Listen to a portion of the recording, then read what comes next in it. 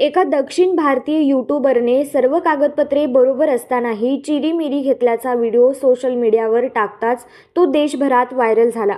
यामुळे सोलापूर शहराची प्रतिमा मलिन होत असून अशा कारवायांमुळे परराज्यातून सोलापुरात येणारे पर्यटक आता येण्यास घाबरू लागले आहेत. परिणामी शहराच्या अर्थव्यवस्थेवर परिणाम होताना दिसत आहे. याच नकारात्मक प्रतिमेमुळे सोलापुरातील वाहनांना इतर राज्यात जाणून बुजून त्रास दिला जात आहे.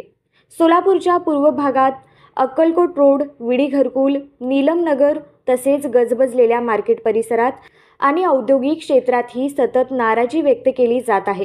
कारण दर बुधवारी आणि सणासुदीच्या दिवशी काही ट्रॅफिक हवालदार विनाकारण सर्वसाधारण वाहन चालकांना थांबवून कुठलीही चूक नसताना कागदपत्र तपासणीच्या नावाखाली पैसे वसूल करतात.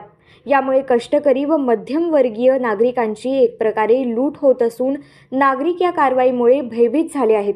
काही मोजक्या ट्रॅफिक हवालदारांकडून अशा प्रकारची चिरीमिरी घेतली जात असली तरीही त्यांच्यावर कोणताही ठोस अंकुश नाही आणि सर्वात वाईट म्हणजे यांच्यामुळे प्रामाणिकपणे काम करणाऱ्या कर्तव्यदक्ष हवालदार व अधिकाऱ्यांचीही बदनामी होत आहे. प्रत्यक्षात प्रामाणिक अधिकारी व हवालदारांच्या उत्तम सेवेमुळेच सोलापूरची वाहतूक व्यवस्था आजही काही प्रमाणात सुरळीत ठेवली जात आहे, हेही तितकेच खरे.